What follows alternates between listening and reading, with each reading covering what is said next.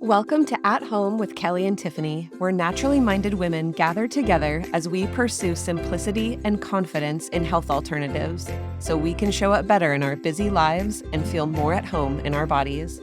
Join your favorite home birth midwife duo for conversation, candor, and community. You're at home with Kelly and Tiffany. That you are. I'm Tiffany. I'm Kelly. You are at home with us.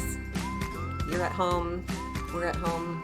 We're not actually at our homes. You're probably not at your home either. We cannot record things in our homes. 100% no. No matter how good the technology is to take out background noise, it would not go well. Mm-mm. Nope. So we're just metaphorically at home together. We are. Let's all just snuggle up on the couch, start a fire in the fireplace. Not trying to burn your home down. Why don't you just set some things on fire? Yeah. At home. With a cup of tea while you watch your home burn down. I'm sorry, that's so funny. Splash of whiskey if you're going to do that. For sure. Yeah. Tea with whiskey. And a side of arson. And a side of arson. Hopefully your insurance policy, no? We shouldn't, that's not going to help people. We'll put a fire in the fireplace and we're all just metaphorically at home together. All right. If you don't have a fireplace and you're a big dum-dum like me and bought a house without a fireplace because you hate cozy things, apparently. You turn on the TV onto a YouTube station that has a Yule log. Yes. Have you heard of it before? Yule log. Yule log. I like a good Yule log. It is kind of nice. The crackle is just something you can't beat. It's good. Even in a real fire, it just doesn't quite crackle that crisply. No, it doesn't. Today we're talking about nourishing your hormones. That we are. It's going to be great. Kelly thinks it's going to be great, so we'll see how it goes. Buckle up and dive right in. Actually, well, I feel like the word nourishing is is used so much, right? Like nourishing foods and nourishing your soul, whatever. But truly, the impact of being thoughtful and intentional towards what you do daily and how it can impact your hormones, which then impact pretty much every aspect of your quality of life. It's a worthy podcast topic. Well, yeah, and personally, my hormones are freaking frazzled right now.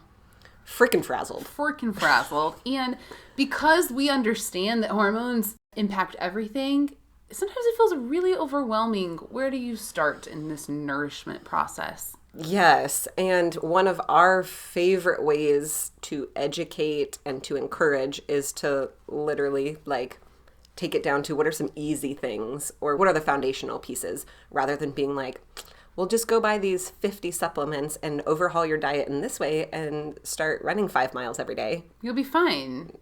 Easy, right? Just do all that. And then come home and light your house on fire. Be fine. Yes. So, simple ways to nourish. Simply. Yeah. Simply nourished. But, okay. I want to share a review. I like that. Review time! Ding, ding. This is easily one of the most encouraging reviews we have ever received. Oh, yeah. Remember this one? Yes, and it literally made me cry. I'm going to read it to you guys so you can be crying too. This is from Megan in Ontario. Our neighbors to the north. Oh, can I say it in a Canadian accent? Can I do the whole review in a Canadian accent? I think you're going to really make some Canadian listeners unhappy. Okay, I'll just do my normal. Let's do my normal. Okay, she says, "Hi, I just wanted to update you solely because I strongly feel your education has contributed massively to my health. I emailed you guys, I think 2 years ago now, asking for help with my endometriosis. I have since begun regularly steaming, seed cycling, overhauled my home and diet, came off of hormone birth control, and with minimal pain, and my endometriomas have disappeared. The news that I am most thankful for and was made to feel by Western medicine that it would be impossible is that I am currently 8 weeks in my first pregnancy. I know it remains early in the pregnancy, but I must celebrate nonetheless while I can. I have my first appointment with my midwife in the coming weeks, and I'm planning to have a home birth if all continues to go well. I just wanted to express my sincere gratitude and thanks for all the information you make available for women and your encouragement to make necessary changes. From the bottom of my heart, I cannot thank you enough. All my love and thanks, Megan. That makes me teary-eyed again. So good. So this is a review we got, obviously, while we were off air with you guys, but we have an update. Such a beautiful update. What happened with that 8-week pregnancy in this review? Megan went on to have a wonderful birth at home. At home, and she said it was hard, but it was worth it, and just was so kind to keep us in the loop and allow us to be a part of rooting her on and her encouragement. And I didn't ask her specifically, but it seems like the way that she shared this information that she did not start out on her health journey as someone who was going to have their baby at home. Right. Right. Like that's a 180 if you ever had one of those. But how some information and empowerment and some tools. Yes. Brought around such positive change for her in just many, many ways, including motherhood, which is just the heart of what we're doing here. Absolutely. Like, I feel like I could do nothing else with my life and be like, well. We helped Megan in Ontario. What a gift to have that review, that update, that sweet just encouragement for us, but also hopefully in turn a sweet encouragement for you, especially as we're talking about this topic and a bunch of other ones that we talk about throughout this season, that this is not just for somebody else, right? Like this is not just somebody else's story, that this is available for you too. It's pretty sweet. I love it. It's available for us too if we just would listen as well. Yeah. I mean, one day I'm going to take all my own advice. It'll be great. Any day now. One of these days. You guys know we will buy you a drink if you leave a review for us. If it's a nice review. It doesn't have to be long like Megan's. It just needs to be positive. It doesn't need to make us cry. No. Make us laugh. Or cry. You know what would be great? If you make one of us cry and one of us laugh. We'll buy you 2 drinks. Challenge accepted. You and a friend just do happy hour on us. Oh, that's nice. And I also want to remind all the listeners that we are collecting submissions to questions that you would like us to answer on air. And you'll find that link in our show notes. We just got to keep all this good stuff going. Yes. With our interaction with you guys, making you guys a part of the show. That's a big part of what we love to do here. Yeah, that's kind of the heart of why we do this. If nobody interacted with that, we'd be like, we're just talking to ourselves about some things that we like to talk about. So ask us questions. Yeah, and you'll notice that in Megan's review, she said she overhauled everything. That's a pretty right when we told you didn't have to do that. The amount of effort that you put towards your health is absolutely mirrored in the results that you're going to get. You will never wish that you didn't work at it. Yeah. Yeah. I would say, in general, as we approach this topic today, it is safe to say that our society in general is undernourished. Yeah. It's not that we're not getting enough food or sustenance. Yeah, we have enough to eat. Right. And it's not like we don't have the financial resources overall to purchase food. No. And I would say that most people who are listening today do truly have financial resources in order to make better nutritional decisions. I think sometimes we create the idea of like, oh, but better food is so much more expensive and I just can't afford it. Most people who are listening today can rearrange their financial priorities. Yeah, it may not be just this for that, but it's an actual like planning of those pieces. And it's not like people don't have information. It's not like people don't have access to some kind of quality option. It's usually just, it's a lot of effort. It's a lot of time. It's a lot of discipline. It's a lot. And I'm talking to myself too. Like there's a lot of things that I'm like, ugh, just a little more effort, Kelly. Just a little more focus, just a little more time, just a little bit more willingness to prioritize, and there'd be some different results. Yeah, there was a really cool article that came through in one of the emails that Lily Nichols, one of our favorite dietitians, sent. when I was preparing the notes for this show, where she outlined all of the foods that have been studied to have the most amount of nutritional impact. So we talk about like nutrient density, the foods that that for the volume of what they are, eating them provides the most nutritional content possible. Yeah. And it just got me thinking a lot about nourishing ourselves with some of those pieces. Food is probably one of the most important ones. And this study in particular was measuring vitamin A, folate, vitamin B12, calcium, iron, and zinc. These are things that you hear us talking about constantly, especially with hormonal regulation, blood sugar regulation, metabolism. This is what gets me. The foods that are listed as the most nutritionally dense, all of them except for one are animal foods. That'll hit you right in the vegan face or something.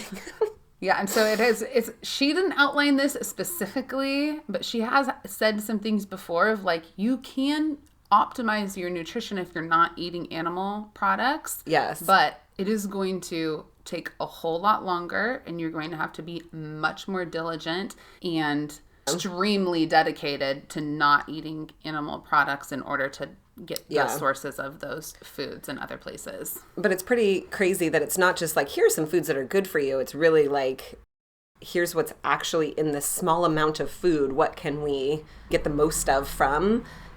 That's really fascinating. Yeah, that it's all pretty much all animal food. Let me share the list of the things that have the most nutrient density.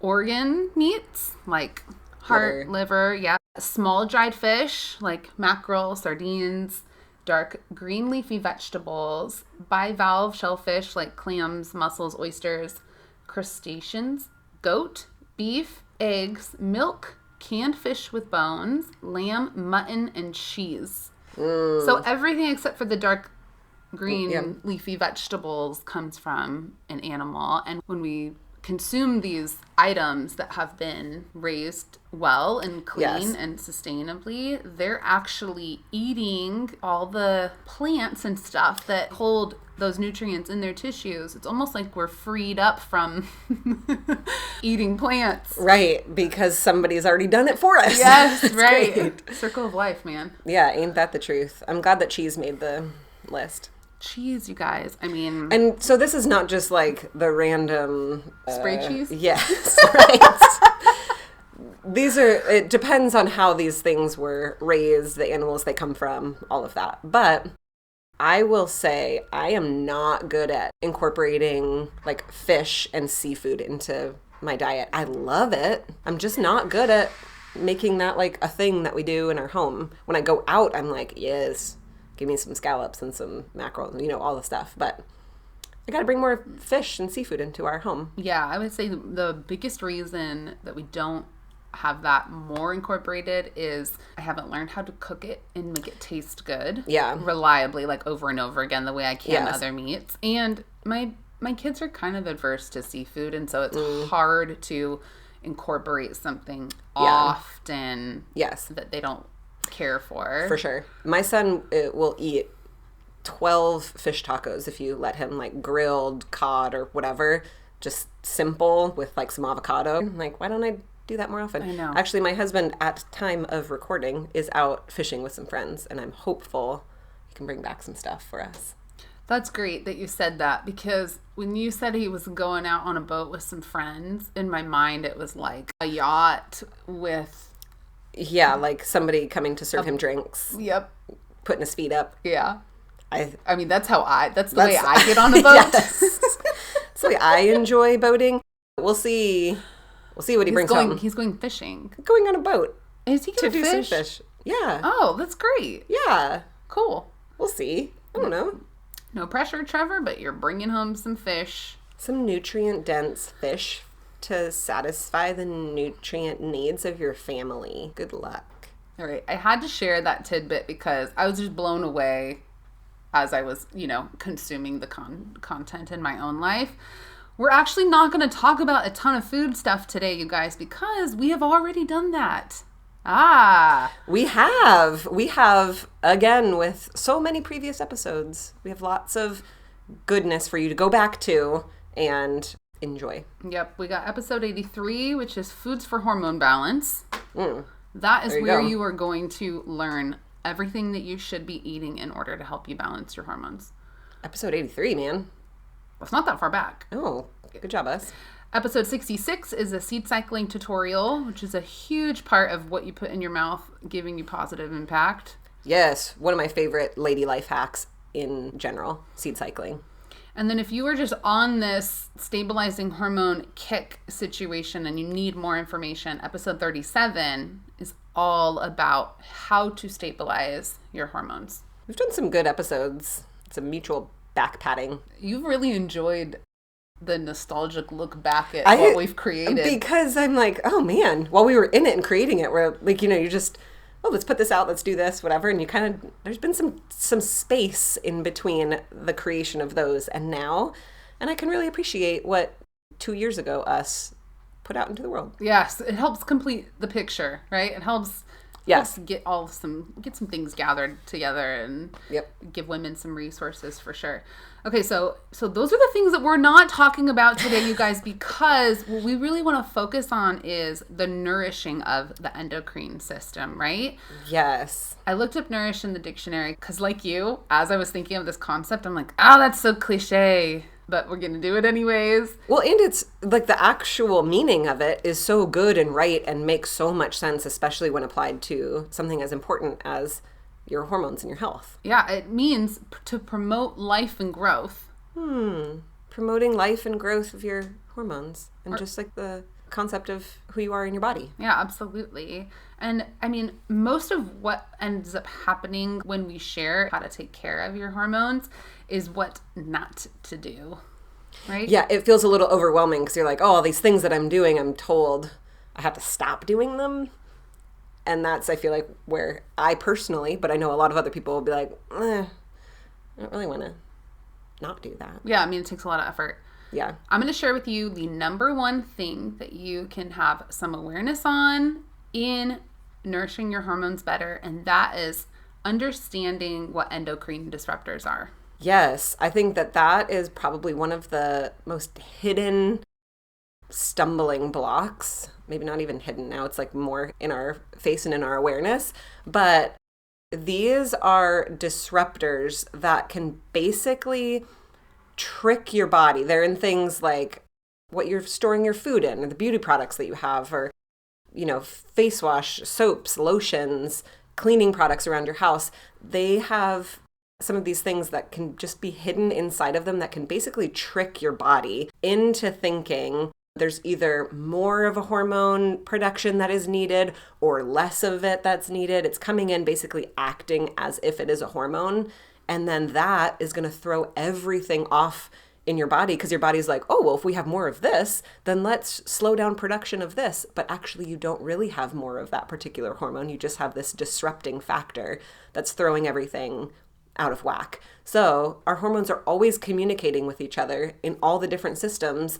And these disruptors basically throw a wrench in that communication. Everything is still communicating. It's just misfiring. It's a total miscommunication situation. And so your body's like, well, I got to respond, right? My body's smart. It wants homeostasis. It wants balance. But unfortunately, it's misunderstanding what exactly is happening in your body because of these secret endocrine disruptors. This to me was very overwhelming when I first learned because after figuring it out, I just couldn't unknow it. And then all of a sudden, I just felt like everything in my entire environment was attacking me.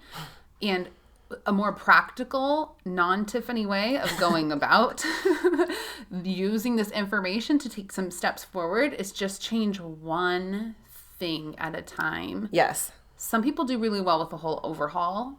I do not. That is not a lasting lifestyle tweak for me. I need to have little things at a time. So as you run out of something that you know has a toxic load in it, take the time then to do a little bit of research and figure out what you can swap it out for. And then for all of eternity, you have that one item swapped out for something else. Yeah. You guys, we want to avoid anything with plastics, BPA, pesticides, parabens, fragrances, sulfates, phthalates. These are all additives that have been put into products to either make it last longer inside of its container or activate one of the ingredients or make it cheaper for people to manufacture large amounts of. And there's evidence that it's directly affecting our hormones, and not just grown women who are producing grown female hormones, but children who are developing, young girls, I mean, my kids, every single time we go in the dollar store, they want so badly to buy all of that fun little crap that they like can the afford. soap, the lotion, makeup, whatever. Yeah, and I'm like, well, you actually cannot put that on your body or bring it in our home. Yeah. So young women are probably one of the most, or not young women, but young girls developing into women are probably one of the most heavily assaulted. So that's something as parents that we can be protecting that space for our kids too. Yeah, especially when we see like the early onset of puberty and things like that. I'm like, oof. Terrifying. Yeah. One of my favorite resources for trying to figure out how to swap things out, because that's pretty, like I said, that's pretty overwhelming. The swap, I mean, the amount of products that we have in our home. And like the greenwashing that's happened with promoting and advertising would be like, it'll say like green. So you're like, that must be clean. And it's actually like terrible. Yep. And so somebody has already done all this work for you. It's nice. I wish I knew who those somebodies were. Thank you, somebodies. Those somebodies. They're called the Environmental Working Group, or the EWG. And you can download an app on your phone, look up products. You can scan products at the store to see how it rates. And it can tell you, this is what it has in it that doesn't score well for us. Yeah, it gives you a little grade. And you can decide what's the most important on that also, because maybe your choices are not perfect, but you can be like, well, there's not a ton of this, but there's a lot, this ranks really high in these particular ways. So something to think about. What is one thing that you use knowingly that is awful and you're just not willing to give it up? Dry shampoo. Have not found one that is clean, that actually works for me, that either doesn't leave something disgusting in my hair or color it a weird cut, whatever. Dry shampoo is, and I know I've gotten tons of feedback of like, try this one. And I'm like, I tried and it's not working for me. Yeah, I get that. So that I've like actively tried to find something and then I'm like, you know what? This is me. For now, right? For now. Yeah. And so we can have some grace with ourselves as we look down the list of things that need to be replaced. And I will say, any amount of effort that you put towards in this area is absolutely worth it. What's your thing? Mascara. I've tried tons of natural ones, and nobody else would be like, wow, Tiffany, that's the worst mascara ever. But there is something about mascara and it being the right kind and how I like my face to look. If I'm going to use any beauty product at all or like any makeup at all, it's mascara. Yeah. I feel you. And my eyelashes are blonde. So you're like, so it makes the biggest impact also, but they're also long. So I love to emphasize that. And I just want a mascara that performs. And I've tried many, many natural things, in the effort to not put a bunch of crap near your next eyeballs. to my eyeballs. Yep. And I just decided I'm just laying that down for a while. I'll come back to trying that stuff again sometime. One day. We are just like you. We're trying. We are doing our best. Okay, I have an Audible recipe. Ooh, these are my favorites. This is what I call.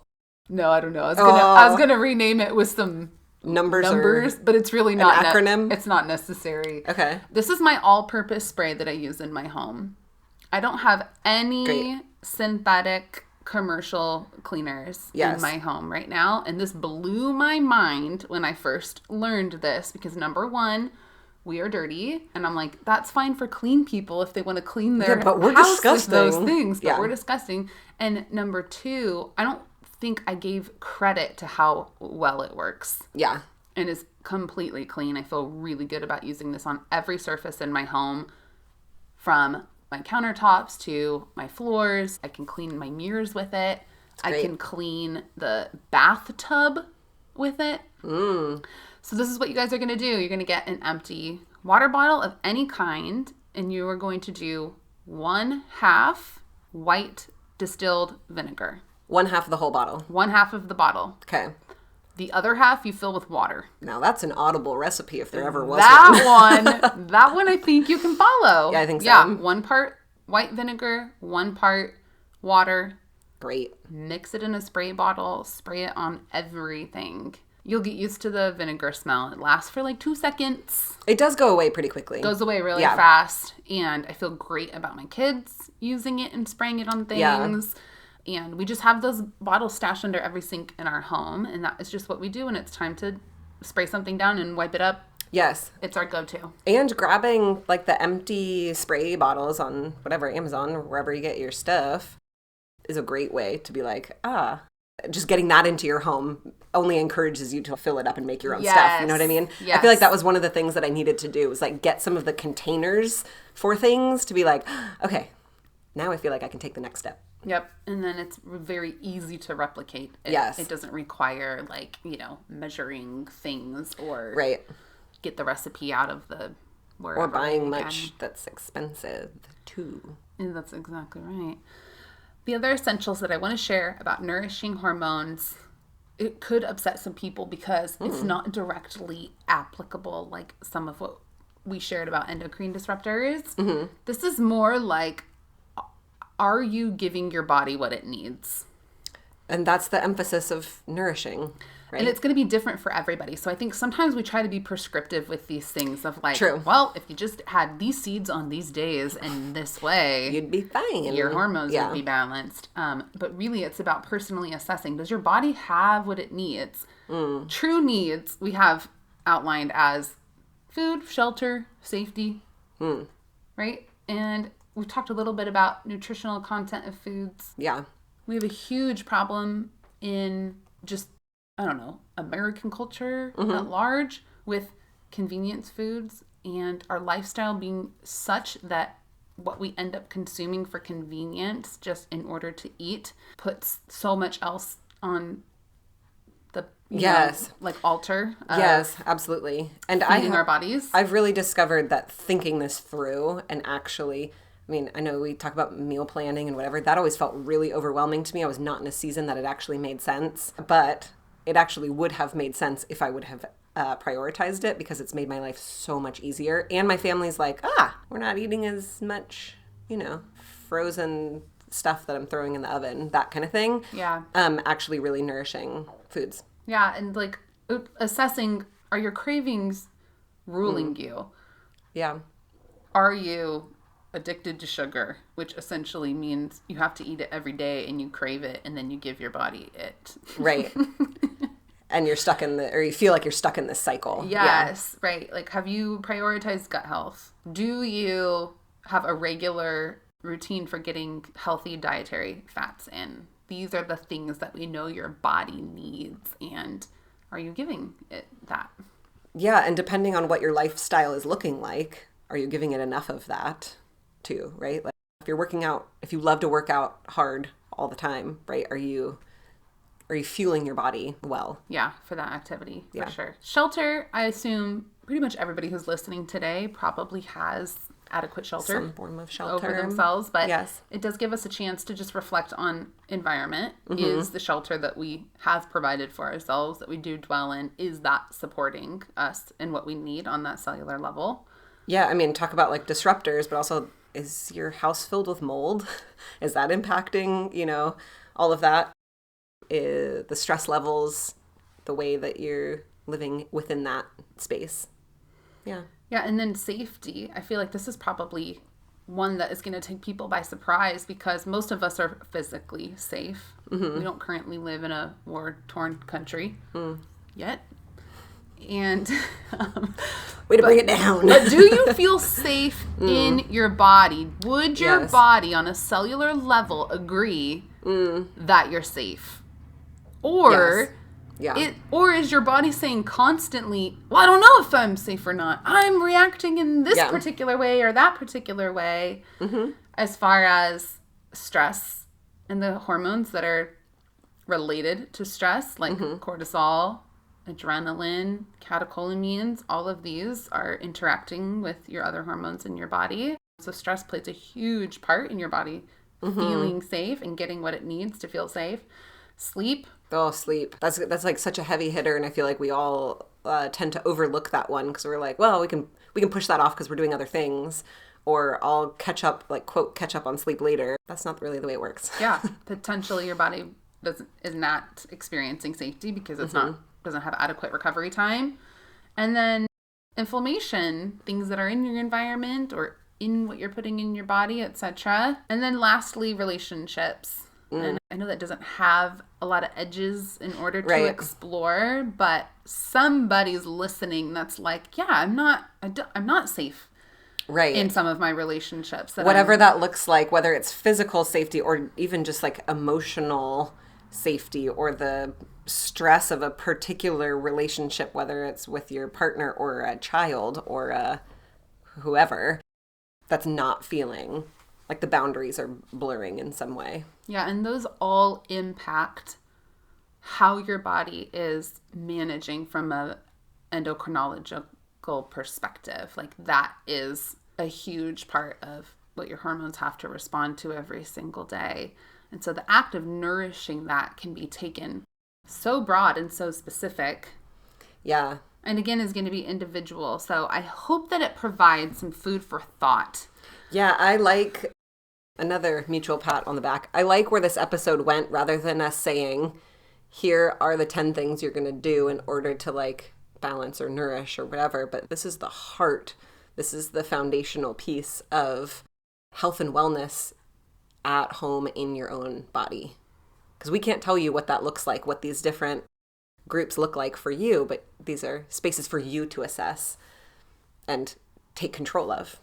Yeah, and I think when we allow it to be individual, then instead of looking to others to say, what do I do? What do I eat? How do I be in order to make all of this okay?